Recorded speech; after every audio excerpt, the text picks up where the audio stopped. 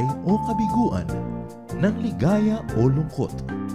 Kaya marapat lamang na tanggapin si Jesus bilang tagapagligtas at Panginoon. At matapos yun ay panariwain ang katapatan at paglapit sa Kanya bawat araw o day by day. Ang day by day ay naglalayong umalalay sa pang-araw-araw na pamumuhay. Narito po si Kuya Ed Lapis sa mensaheng pinamagatang Rich in God's Sight.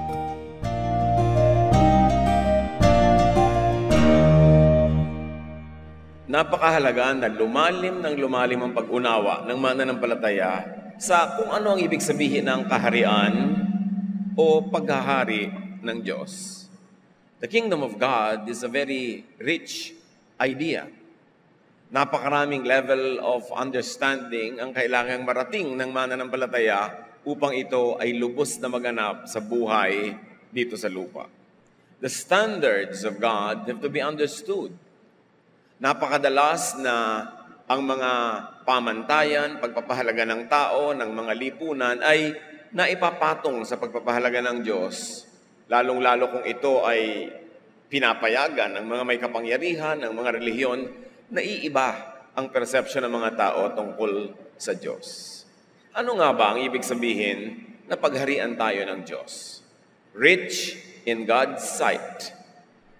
Ang pag-aaral natin ay pinangmagatang rich in God's sight. Sino ba ang tunay na mayaman, mariwasa sa tingin ng Diyos? Ama namin, salamat po dahil kayo ay patuloy na nagpapahayag ng inyong kalooban at habang handa kaming matuto, kayo na may handang magturo. Yan nga po ang naway maganap ngayon. Turuan niyo po kami. Dagdagan, laliman, taasan niyo ang pagkaunawa namin sa inyo at na kami lalong makasunod ng mas malapit sa inyo, O Diyos. Forgive us our sins, cleanse us, empower us to understand you. In the name of Jesus, your Son, we pray with thanksgiving, with gratitude, and with happiness in our hearts. Amen. Mayaman sa tingin ng Diyos. Sino ang mayaman at sino ang mahirap, maralita, salat sa tingin ng Diyos? Luke 12:13. A man in a crowd said to Jesus, "Teacher, tell my brother to give me my share of what our father left us when he died." Habang ang Panginoon ay nagtuturo tungkol sa kaharian ng Diyos, sa paghahari ng Diyos, may isang lalaking naglakas ng loob na sumigaw at magsabi sa kanya, "Guro, sabihin niyo naman po sa kapatid ko, hatian ako sa mga minana namin mula sa aming namatay na magulang." A very earthly, a very worldly, a very materialistic issue being set before the Lord. Dito pa lang, sa unang salita pa lang ng lalaking ito, ay makikita na natin na may hidwaan sa kanyang pamilya. May pagkakagulo, pagkakagalit, merong hindi pagkakaunawaan, at ito'y tungkol sa hatian ng mana. At hindi nga ba't yan ay napakalaking gulo ng mga pamilya, paghahatian ng kaprasong lupa, paghahatian ng mga lumang gamit na iniwan ng namatay na magulang, paghahatian ng mga hangganan ng lupa, laging may gulo. So there was a family quarrel over inheritance. Definitely it was about money. Kasali ba ito sa sinadya ng Panginoon dito sa lupa na kailangan pa niyang salihan at kailangan siya ay mamagitan? Papayag ba siya o hindi sa hiling ng lalaking mamagitan siya sa pagkakagulo ng kanyang pamilya tungkol sa pera at tungkol sa mana? Luke 12:14, Jesus answered, "Who gave me the right to settle arguments between you and your brother?" So ang sagot ng Panginoon ay isang tanong. Sino naman ang nagbigay sa akin ng karapatan na manghimasok sa mga buhay ninyo, mamagitan sa inyong dalawa at ayusin ang inyong pag-aagawan? In other words, this question is also an answer na hindi gusto ng Panginoong masangkot sa ganyang mga bagay. Hindi kasama sa misyon ng Panginoon dito sa lupa ang sumangkot sa mga usapin ng mga hatian, mga agawan, mga mana-mana. Jesus does not get involved in quarrels, very especially family quarrels, and very specifically family quarrels over money. Agad-agad, merong lesson tayong matututunan sa ating pang-araw-araw na buhay that spiritual leaders should not get involved in quarrels, especially to arbitrate in quarrels and to judge and be perceived as taking sides in quarrels. Napakatalino ng desisyon ng Panginoon na hindi sumali sa ganung mga usapin. Kasi siyempre, kung may dalawang nag-aaway, pagka ikaw ay pumagitna, meron at meron kang kakampihan. Yung kakampihan mo man ay batay sa iyong emosyon, o bagay sa iyong katwiran, o nakabatay sa batas, ano man yun, merong matatalo at may mananalo, may kakampihan ka. Then Jesus would lose his spiritual neutrality. Yung natutuwa dahil siya ay kumampi, hindi naman ibig sabihin magiging believer na yon. Meron naman ganun natutuwa lang, pero hanggang doon na lang. Pero yung hindi matutuwa dahil hindi nakampihan, ang hirap lalo na maging believer. Doon sa tunay at sa mahalagang mensahe ni Jesus. In other words, hindi papayag si Jesus na yung laki, yung ganda, yung lawak at halaga ng kanyang mensahe matakpan ng napakababaw at maliit na bagay tulad ng pagkakagalit ng mga magkakapatid. So hindi siya lumahok sa usapan. And immediately when you apply this in church life today, church members should not involve their leaders, especially their pastors, in their quarrels.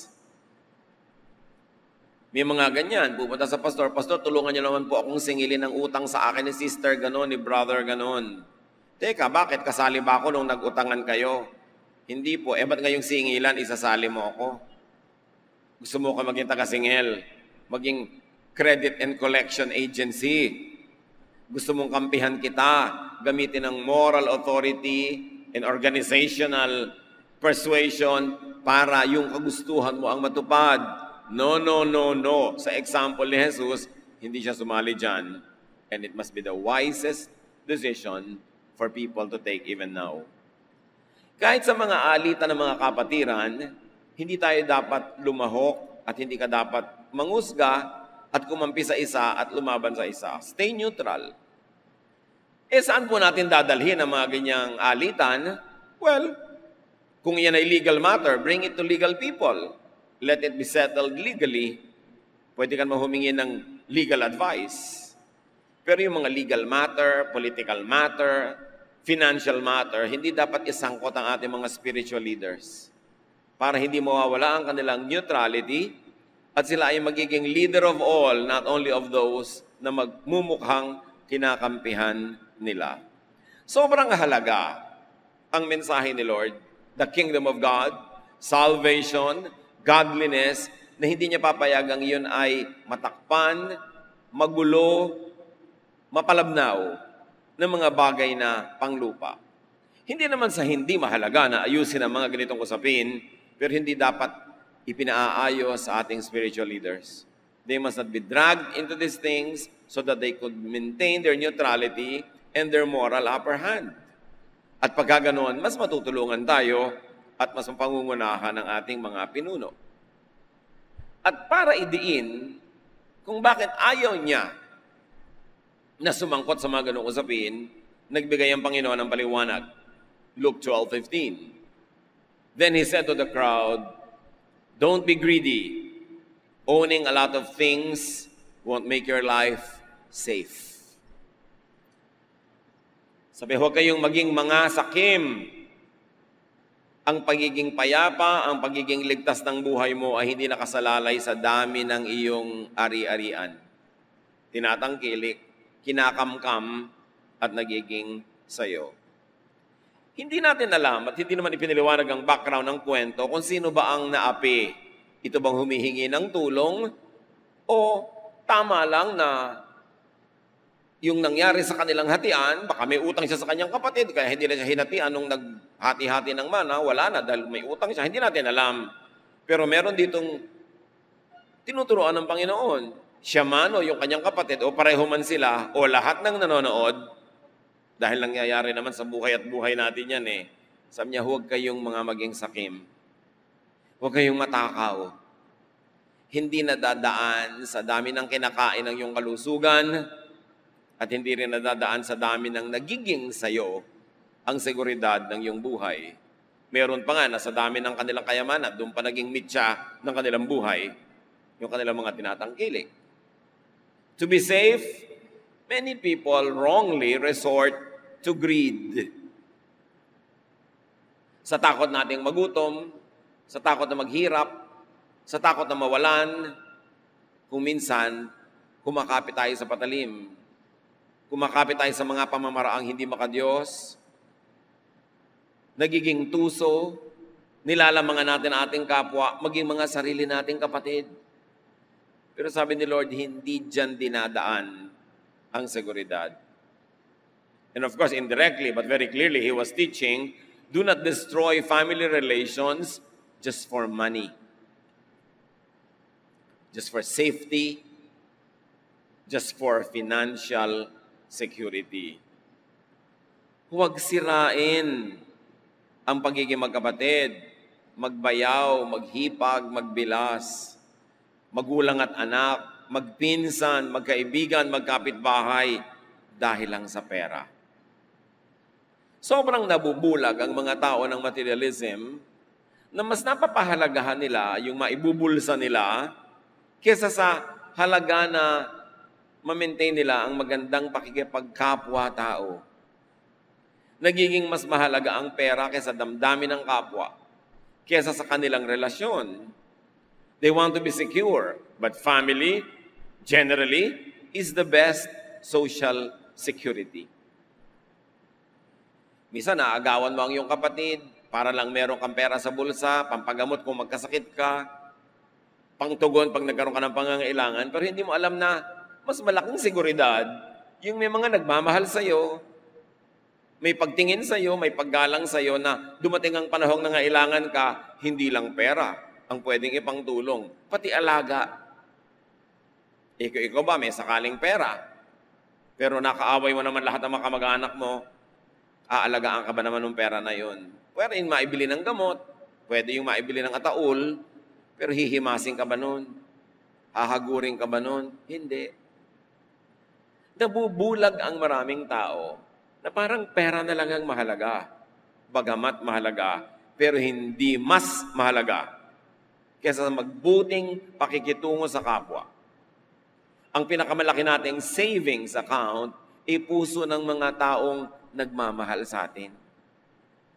At kung minsan pa nga ay mga puso ng taong tumatanaw ng utang na loob, mas mainam yun. Kung minsan nga may konti ka lang ginawa sa tao, kung siya'y mabuti, higit pa nga doon ang isinusukli sa'yo eh. Kesa sa kikitain mo interes sa bangko. Huwag tayo magpabulag. Huwag tayo magpadala sa sobrang uso na puro pera. Sabi ni Jesus, security is not in what you have, in terms of money, but it is in what you have in terms of goodwill among people, and very especially, goodwill as far as God is concerned. Pag ayaw kang pagpalain ng Panginoon, kahit ang dami mong pera, hindi pa rin yan magiging pagpapala. Pero pag gusto kang pagpalain ng Panginoon, kahit ang konti ng pera mo, kung saan-saan dumadaan, galing kung saan-saan ang dumadating na mga pagpapala. Sino ang pwedeng pumigil sa Diyos kung gusto kanyang pagpalain? At sino naman ang pwedeng pumilit sa kanya kung ayaw kanyang pagpalain? Kaya sabi ni Jesus, hindi yan ang mahalaga. Ang unahin ninyo ay ang paghahari ng Diyos sa inyong buhay at ang lahat ng ito ay idadagdag din sa inyo. Luke 12:16-21, sa pagpapatuloy ni Jesus. So Jesus told them this story. A rich man's farm produced a big crop. And he said to himself, what can I do? I don't have a place large enough to store everything. Later he said, now I'll know what to do. I'll tear down my barns and build bigger ones where I can store all my grain and other goods.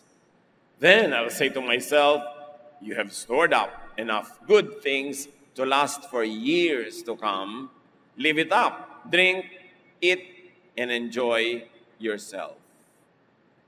But God said to him, "You fool, tonight you will die.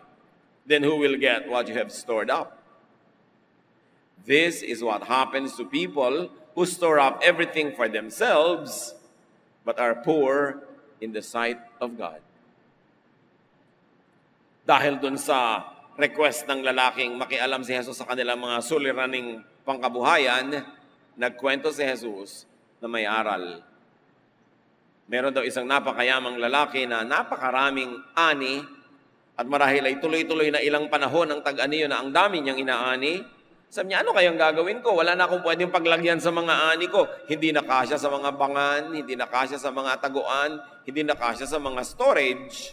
Sabi niya, alam ko na, gigibain ko itong mga maliliit kong mga bodega, magpapagawa ako ng mas malalaki, at pag punong-puno na yon, sasabihin ko sa sarili ko, aba, mag-relax ka na. Ang dami-dami mo ng kayamanan.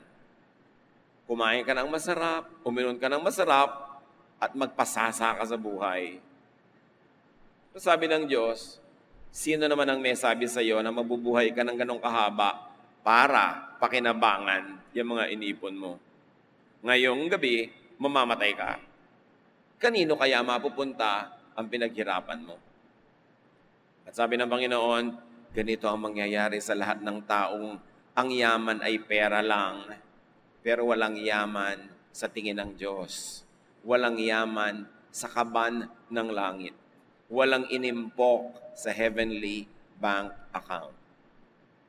Bago natin ma-misinterpret si Jesus, linawin natin ilang bagay, hindi siya kontra sa pagtatanim ng marami. Hindi niya ayaw yung umaani ng marami. Hindi niya ayaw yung nagpapagawa ng maraming bodega para itago ang mga kayamanan. Hindi niya ayaw yung i-enjoy ka, uminom ka ng masarap, kumain ka ng masarap. Pero isa ang malinaw na ayaw niya dito, na ang dami mong inani, ang dami mong naipon, meron kang pwedeng enjoyin, pero hindi sa paraan na nakakalugod sa Kanya. Na mayaman ka sa tingin ng tao, pero sa tingin ng Diyos, hindi. Baka ang tingin pa nga ng Diyos sa'yo, magnanakaw. Nakahanga-hanga ka sa tingin ng lahat, pero ang Diyos walang hanga. So niya, alam ko naman ang ginawa mo para ka magkapera eh. Alam kong ginawa mong pandaraya sa lahat ng bumili sa'yo ng mga paninda, dinaya mo kada timbang, tigi-tigis ang guhit, pero sa dinami-rami, ang dami mo na tuloy na ipon, pero galing saan? Baka hindi ka nagpapasweldo ng tama sa mga manggagawa, kaya ang daming sobra ng iyong production. Baka hindi ka man lang nagbigay sa mga nagugutom. Hindi ka nagbigay sa mga humihingi sa iyo. Ang dami mo tuloy sobra. So hindi hanga ang Diyos sa ganong sobra. Huwag na huwag nating iisipin na ayaw ng Diyos na marami tayong sobra, na tayong maraming bodega. No. Pero paano mo ginawa? Ano ang ibinayad mo in terms of spirituality para ang kapalit lang ay material na bagay? Anong mga sugat ang ibinibigay mo sa iyong kaluluwa para lang mapuno ang iyong bulsa? Ngayon, kung napupuno mo ang iyong bulsa dahil sa honest labor na pinagpapala ng Diyos, walang kaso yun, maganda nga yun eh. Gusto rin nga ng Panginoon yun para sumobra-sobra ang iyong kayamanan, hindi lang para sa sarili mong pag-enjoy, kundi para may maipamigay ka pa sa iba na mga may sakit, mahihirap, hindi kayang pakanin ng mga sarili nila. But at what price do we try to gain material wealth? So niyang ganyan-ganyan ang mangyayari sa mga taong walang inisip kundi ang sarili. Hindi naman nagkakaroon ng chance enjoyin ang kanilang kayamanan. At yung hindi pagkakaroon ng pagkakataong ma-enjoy yun, either binawian ka ng buhay ng maaga o mahaba nga buhay mo pero hindi mo naman pwedeng kainin yung mga gusto mo dahil sa iyong kalusugan. O kaya ay pwede mo naman kainin pero wala ka namang gana. O kaya ay ang laki-laki nga ng kama mo pero hindi ka naman makatulog. Ang sarap-sarap ng pagkain, walang gana. Napakaraming paraan para tayo maharangan ng langit para ma-enjoy ang maraming bagay. Meanwhile, kung natutuwa sa iyo ang Diyos, kahit ang kinakain mo lang ay napakasimple, Yung binibigyan ka ng gana, ng kasiyahan, may kasalo ka pa, masaya kayo kahit konti, daig mo pa ang mayaman. Pero tandaan nyo, kung mayaman ka na, sarap-sarapan ng pagkain, masaya ka pa, may kasama ka pa dahil mabait ka, yun ang doble-dobleng pagpapala at walang masama sa ganun. Basta tama ang paraan ng iyong paghahanap buhay at pag-iingat ng iyong mga kayamanan. It is not wrong to become wealthy, but not at the expense of one's good standing with family, with other people, and very especially with God. Lagi niyong piliin na kumita ng malaki.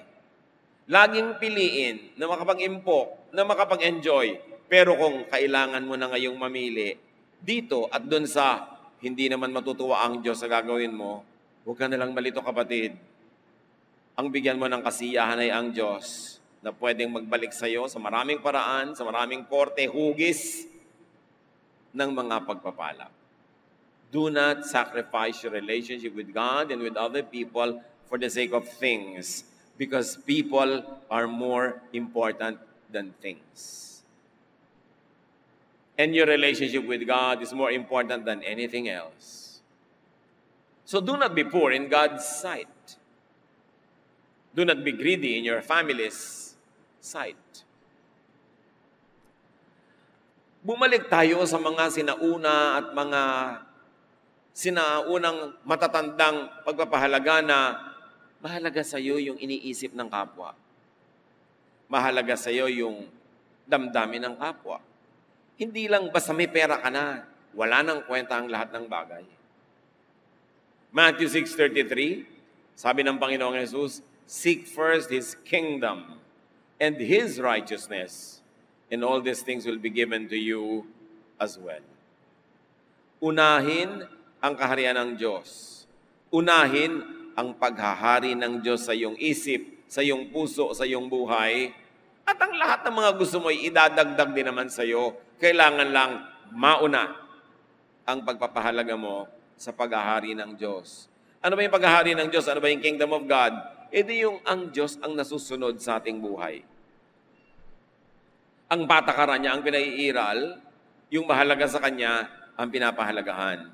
Isa pang malalim na kahulugan ng kingdom of God, mga kapatid, hindi lang yung mga ulap-ulap na nandun sa mga kalangitan. Kingdom of God is your heart. Unahin mo na yung puso mo, payapa, tahimik, walang guilt, maluwag ang loob. Kung merong magpapataba ng iyong bulsa pero magpapahigpit ng iyong loob, magpapabigat ng iyong damdamin, seek first the kingdom of God. Unahin mo yung paghahari ng Diyos na ang bunga ay kapayapaan, katahimikan. Kung merong magdadagdag sa iyo ng maraming kayamanan pero ang bunga ay gulo, ang bunga ay alitan, seek first the kingdom of God. Itong simpleng teaching na ito, pag in-apply natin sa pang-araw-araw na buhay, our whole lives will be revolutionized. Maiiba ang ating lifestyle. Meron kang gustong awayin dahil palagay mo talaga, tama ka, pwede mong awayin. But seek first the kingdom of God. Meaning be a person of peace. Be a person of friendship, of kindness, of goodness. Meron kang pwedeng apihin kasi makapangyarihan ka. But is that the kingdom of God? Or is that the kingdom of Satan? Sino ang mag-ahari sa iyong puso pagka ikaw ay nanlalamang? Pag nagmamataas ka, pag nagyayabang, pag nagtataray ka sa kapwa, is that the kingdom of God? Or is that the kingdom of Satan? Ang dami kasi mga tao, tawag ng tawag kay Jesus na Lord, Lord, Lord. Pero sa isip, sa salita at sa gawa, si Satan ang Lord. Kasi ang nagahari sa puso, sa language, sa gawain, is Satan. Lalo sa mga may asawa. Meron ditong ibong kakanta-kanta sa puno ng sasanga ng punong mangga. Humahanap ng madadapo ang may asawa. At ang dali-dali niyang dumapo, kakanta-kanta pa. Pero pag pinadapo mo ba yun sa buhay mo, is that the kingdom of God? Kingdom of God ba yung maninibugo ang asawa mo, masasaktan, magagalit? Mag-aaway kayo? Kingdom of God ba yung mayroong tunay na partner na maaagawan? It's not the kingdom of God. Yet many people say, Lord, Lord, Jesus, Jesus. Pagkatapos kabi-kabila ang pangangalon niya. Kabi-kabila ang pakikitungo sa mga asawa ng may asawa. Kinakalimutan ng kanilang pamilya. Is that the kingdom of God? Mga babae o mga lalaki man, ang asawa nasa abroad, tas araw-araw dito nasa casino, itinataya yung pinaghihirapan ng asawa. Kunwari, may pera sila, pag uwi ng asawa, wala palang pera, bugbugan, awayan. Is that the kingdom of God? Yung bang nakikipag-Facebook ka at nakikipag-flirt ka kung kani-kanino na di mo naman asawa, lalo't may asawa ka o may asawa siya, is that the kingdom of God? Unawain natin what it means to seek first the kingdom of God. Hindi yung mga earthly pleasures ang uunahin, mga bisyo, mga luho, mga gusto na naglalayo sa'yo sa Diyos. Wala kang kinabukasan dyan. Magpalusot ka man at magmukha man na nakinabang ka sa buong buhay na ito, hindi ka ba mamamatay at hindi ka makaharap sa Diyos? Yan ang sinasabi ni Jesus. Seek first His kingdom of God and His righteousness. So itatanong mo, righteousness ba ni Jesus itong gagawin ko na ito? Gagawa ako ng masama para ako lang ang manalo, para ako magkapera. Righteousness ba to o evil? Lagyan mo lang ng mga tamang tag. Hindi na tayo malilito. Seek first His kingdom and His righteousness, and all these things will be added unto you. Idadagdag din sa atin yung mga gusto. Maaaring hindi naman dinagdag sa'yo ay isang adulterous relationship na gusto mo noon, pero yung hinahangad mong saya, happiness, maaaring yun na ibigay sa'yo. The rich in God's sight are the ones who prioritize the rule of God, not greed, in their lives.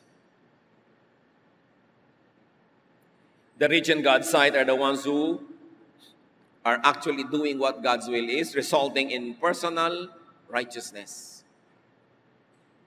Yun ang mayaman sa Diyos. Hindi pag may dumadaang sister, sikuhan kayo, ang yaman yan. Diba? Mayaman sa tingin natin kuminsan. Pero mayaman ba sa tingin ng Diyos? Salamat kung mayaman din sa tingin ng Diyos. Pero kung hindi pala, ang tingin pala ng Diyos sa kanya iba. Siya yung sinasabi, ang you fool, today you will die. At lahat ng naging bunga ng iyong pang-agrabyado sa kapwa, ng iyong pangloloko, ng iyong pang-lilinlang, sinong makikinabang, hindi ikaw. Bihira, if ever, na pinapayagan ng langit na ma-enjoy mo ang masamang bunga ng masamang gawa. At kung na-enjoy man, sa biglang tingin, ang laki ng bayad. Because God will never allow this to happen. To reward the bad and to punish the good. That is not the kingdom of heaven. Matthew 6:9-10. This is then how you should pray. Sabi ni Jesus, Our Father in heaven, hallowed be your name. Your kingdom come, your will be done on earth as it is in heaven. Bumaba sa amin, mapa sa amin ang kaharian mo. Ibig sabihin, kung ano nangyayari sa langit, mangyari sa loob ng puso namin. Nang aming puso ay maging extension, embassy of your heaven, that we, our lives, are heaven on earth. And that happens when God rules our lives. The kingdom of heaven is the greatest wealth. Don't ever be deceived into thinking otherwise. The rich in God's sight are the ones who let the kingdom of God come to and through them, and to let God rule their lives. Sino ang mayaman sa tingin ng Diyos? Yung pinaghaharian niya ang puso at yung sa pamamagitan ng buhay ng taong ito, nakakapaghari pa ang Diyos sa buhay ng iba. That God is able to be kind to those who like to be kind to through this person na pinaghaharian niya. Na nagagawa ng Diyos ang gusto niyang gawin sa pamamagitan mo dahil nagpapagamit ka.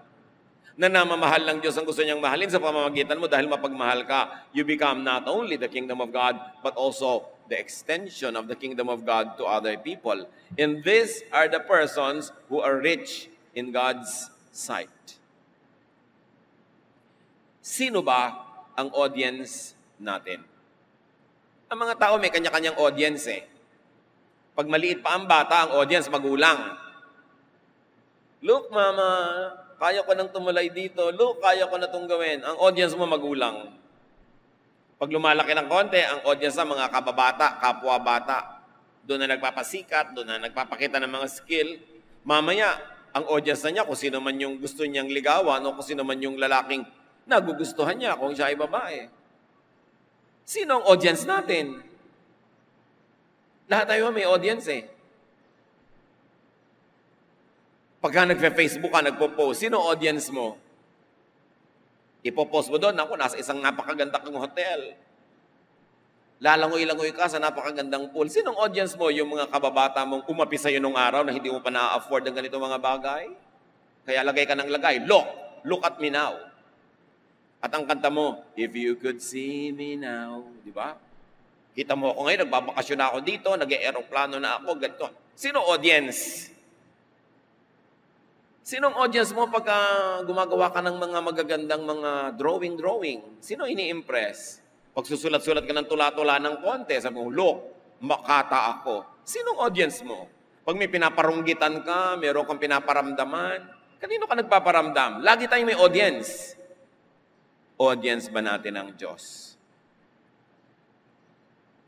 Conscious ba tayo na siya ang tunay na audience, na hindi natutulog, laging nakabantay para pagpalain tayo at lagi ring nakikita ang ating mga pinaggagawang mga kabalbalan?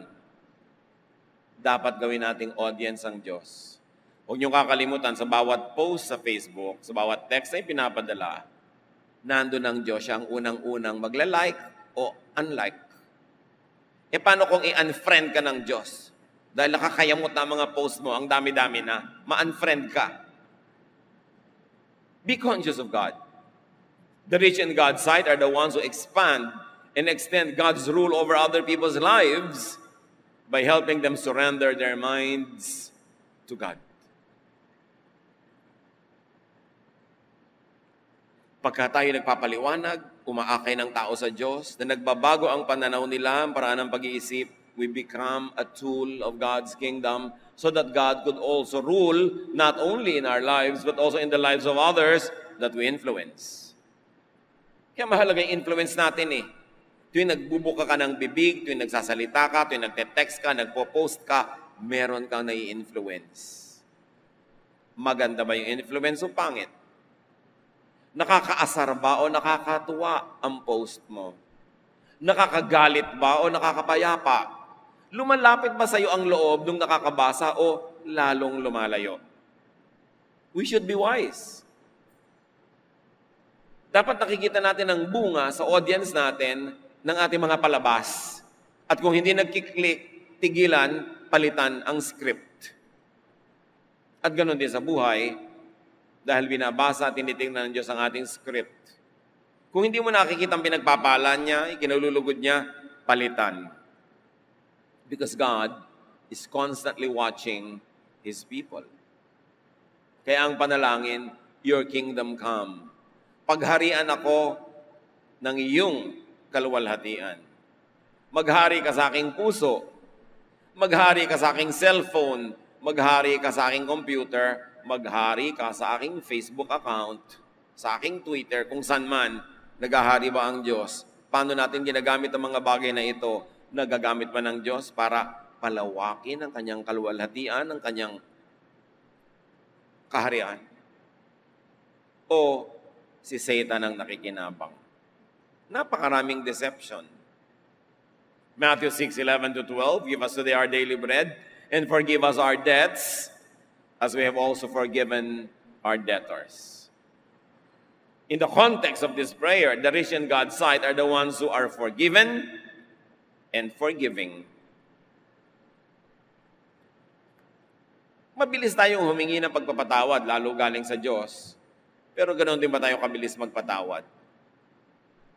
O ang inuuna natin ay manalo tayo sa hatian, so hindi tayo magpapatawad doon sa nanglamang, o kaya ay tayo yung nanglamang, kaya hindi tayo mapatawad. In both cases, we lose. Because when you are not forgiven, or when you are not forgiving, you lose. Hindi lang naman doon sa ikaw ang galit eh. Hindi lang yun ang lugi. Yung may galit sa iyo ang tao, lalo't tama yung kinakagalit niya, lugi ka rin. Kahit hindi ikaw yung galit. Kaya ang sabi ng Panginoon, kung kayo may inihahandog sa dambana, when you have your offering at the altar, and remember that your brother has something against you, leave your gift on the altar, first be reconciled with your brother, and when you have made peace with him, you can go back and make your peace with God. Alay ka ng alay, serve ka ng serve, may ministry ka pa, pero may galit naman sa'yo, at yung galit niya ay tama, dapat lang talaga magalit sa'yo, tapos hindi ka nakikipagkasundo, iwan mo muna yung mga pinagagagawa mo, iwan mo muna yung mga offering mo, baliwala yan. Makipagkasundo ka muna sa kapwa para pwede ka nang makipagkasundo sa Diyos. At remember, hindi lang ito yung may galit ka sa Kanya. Yun ding may galit siya sa iyo na tama siya. Ngayon, kung mali yung galit niya, problema niya yun.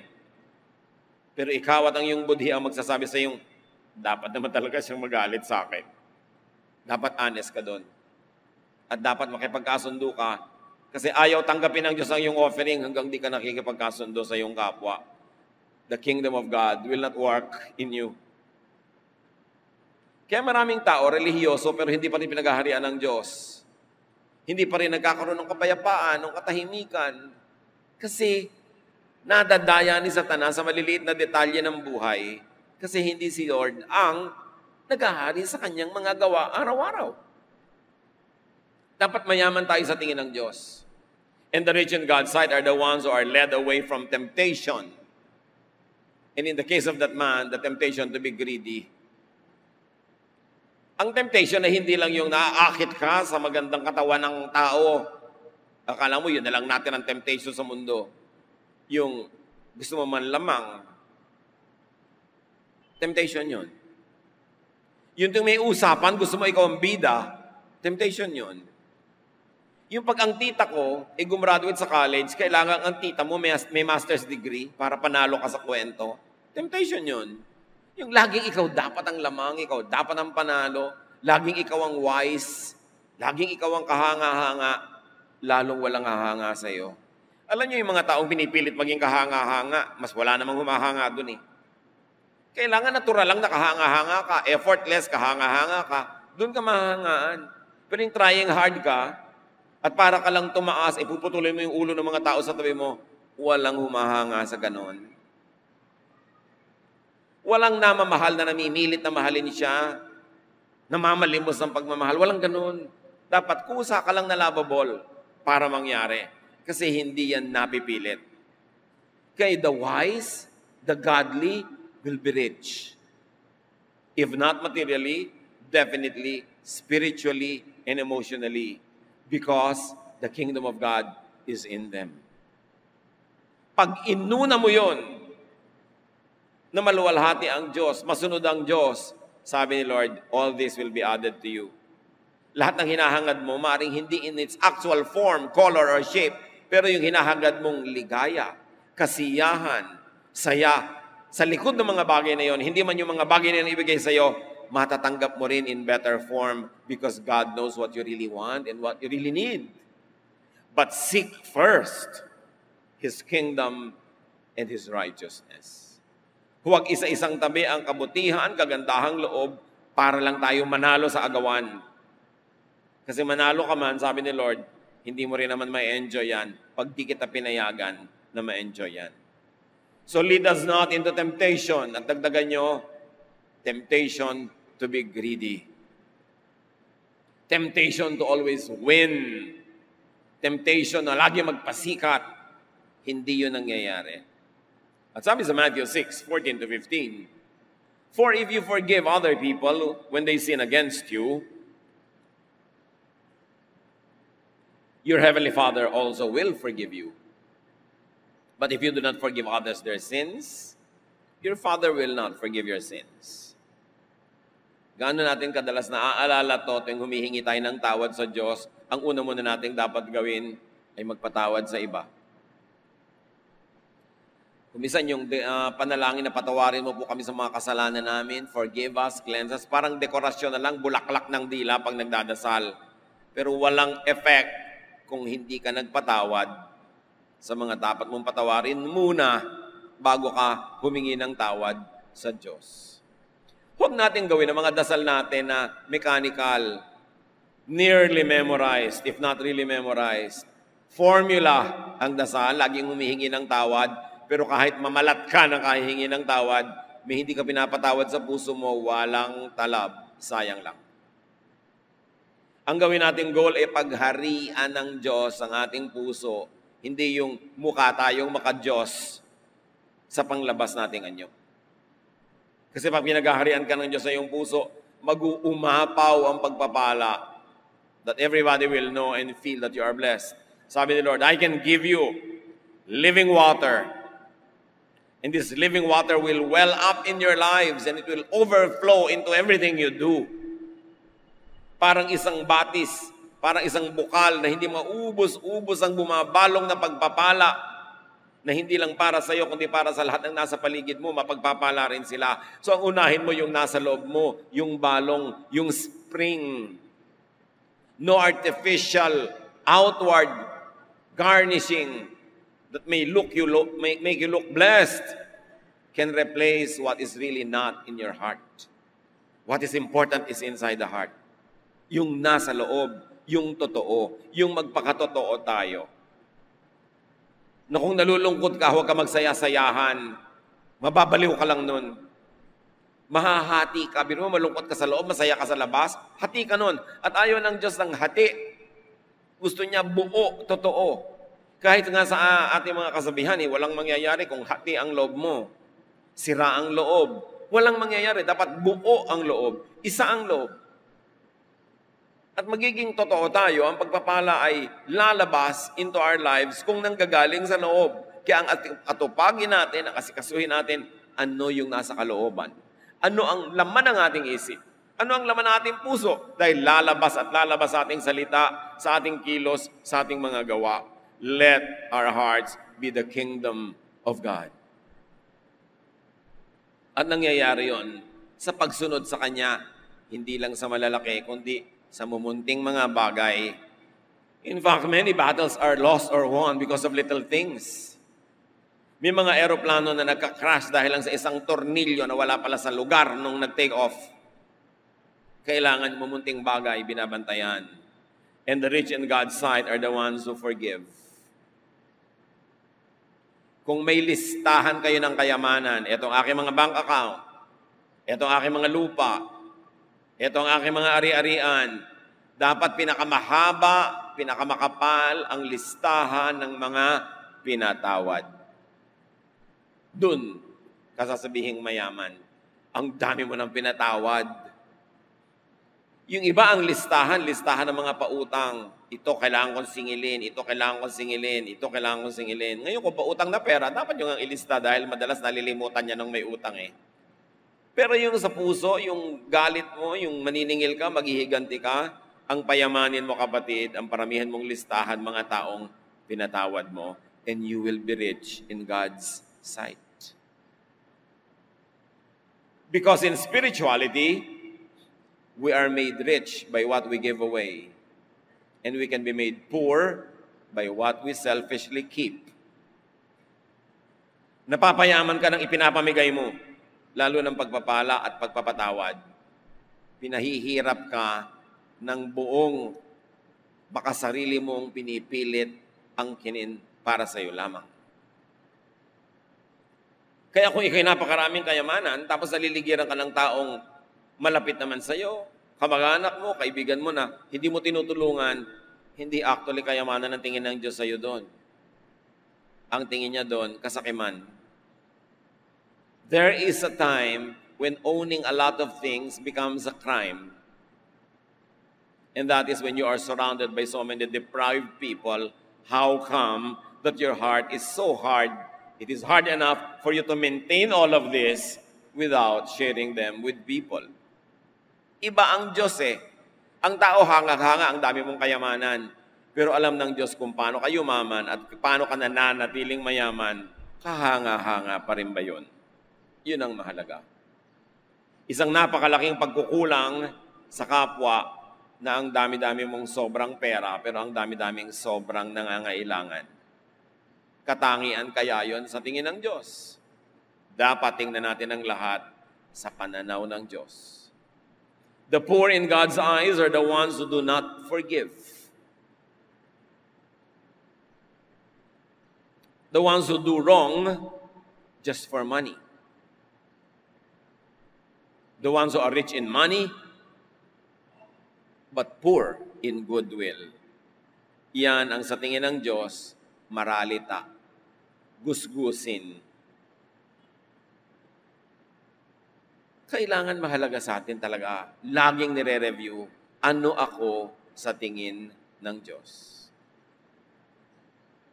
What are we in God's sight? Rich or poor?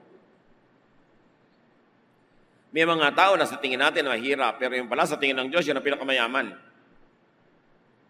Meron namang mayaman sa tingin natin, mayaman pa rin sa tingin ng Diyos, hindi double blessing. Pero merong mayaman sa tingin natin, pero pobre sa tingin ng Diyos.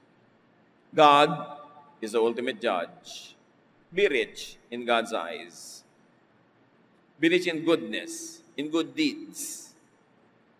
So ating suriin ang ating mga pinag-iisip, ginagawa, kung ito ba ay pampayaman o pampahirap ng ating espiritu.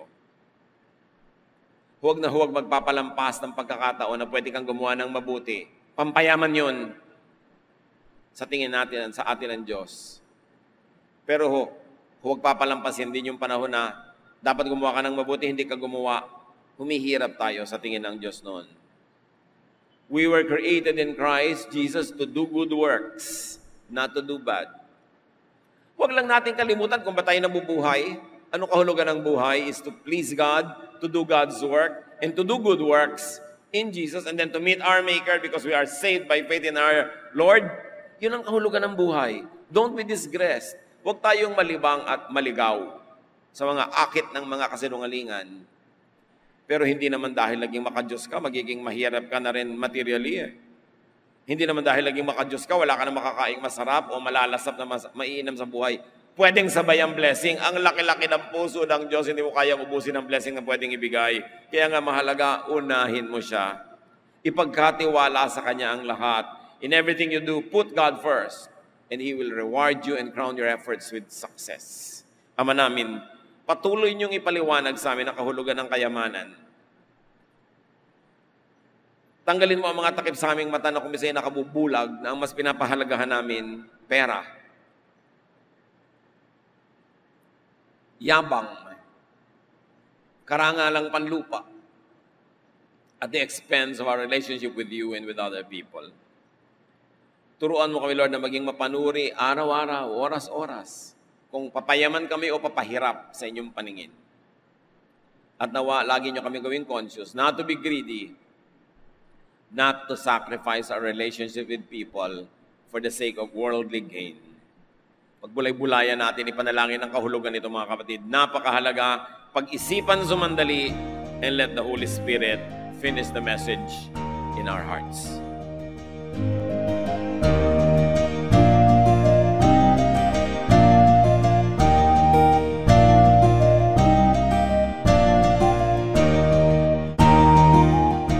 Ang katatapos pong mensahe ni Kuya Ed Lapiz ay pinamagatang Rich in God's sight.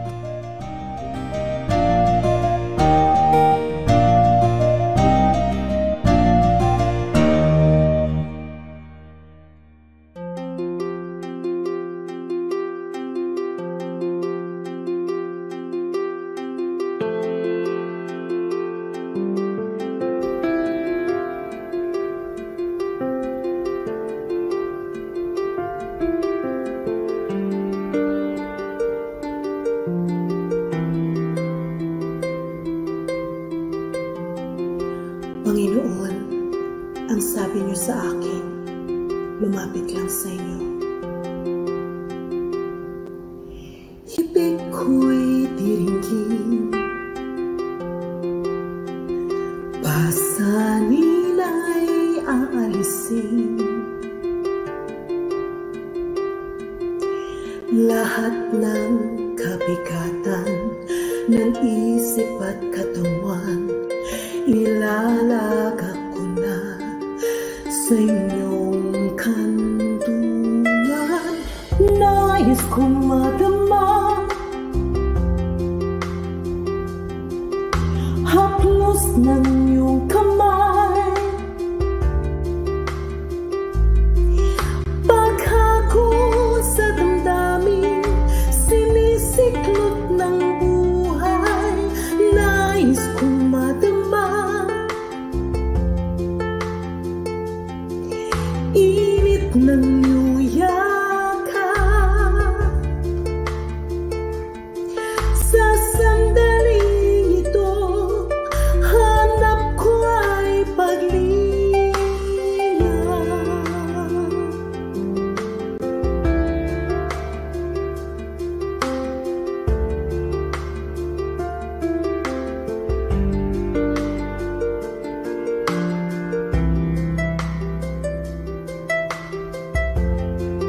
Panginoon, tinatanggap ko po ang inyong paanyaya. Dito sa piling niyo, nais kong magpahinga. Ang pagod kong puso naghahanap ng ligaya. Lapatan mo ng lunas, bigyan ng pag-asa. Nais kong madama haplos ng iyong kamay,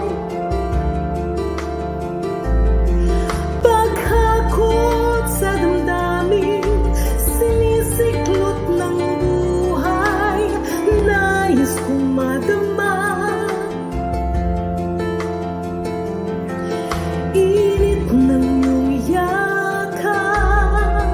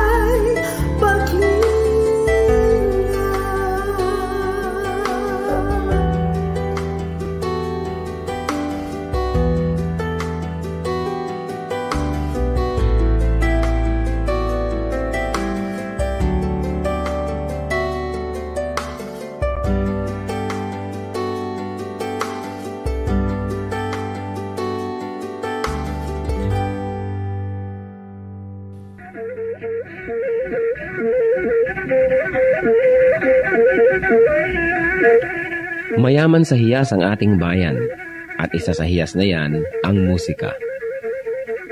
Napakaraming nalilikhang tunog ng mga Pilipino mula sa iba't ibang instrumento. Narito ang palendag, instrumentong pangmusika ng mga Maguindanao sa Cotabato.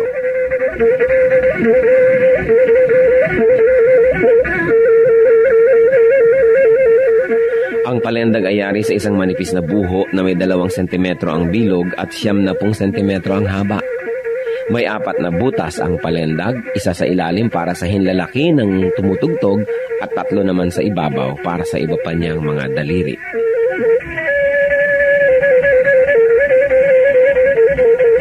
Inukaan ang isang dulo ng buho upang lumapat ito sa labi ng manunugtog habang siya'y umiihip.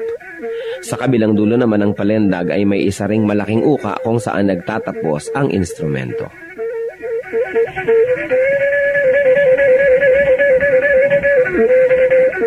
Ang pagtugtog ng palendag ay pawang improbisasyon ng manunugtog. Wala siyang sinusunod na sukat o ritmo at ang pagtugtog ay pagpapahayag niya ng kanyang nadarama, lalong-lalo kung siya'y nagliligaw o nagpapahinga.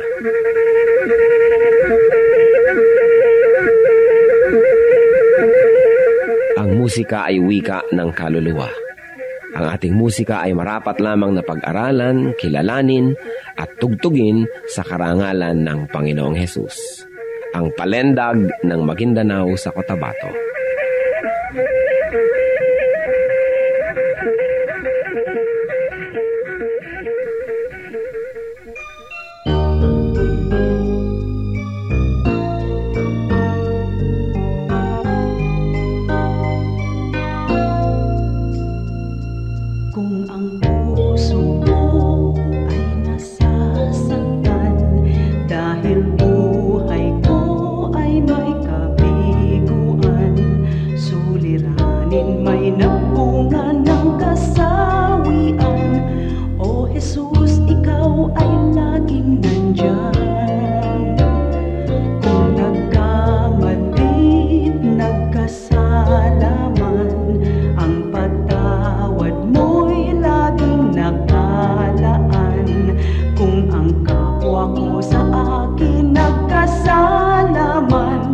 Ang patawad ko kaya'y ilalaan.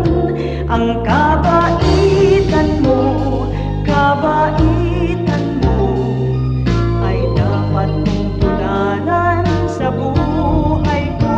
Ang kabaitan ko, biyaya ng Espiritu, kabaitan ko.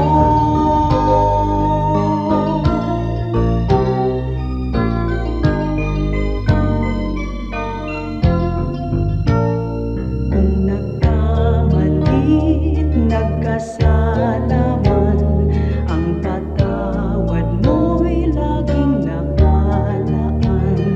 Kung ang kapwa ko sa akin nagkasalaman, ang patawad ko kaya'y ilalaan. Ang kabaitan mo ay dapat mong tularan sa buhay ko.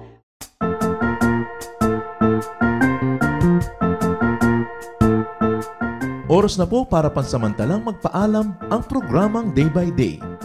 Tayo po'y magsama-sama tuwing ika-6 hanggang ika-7 ng umaga, araw-araw. Magandang umaga po at mabuhay ang Panginoong Hesus!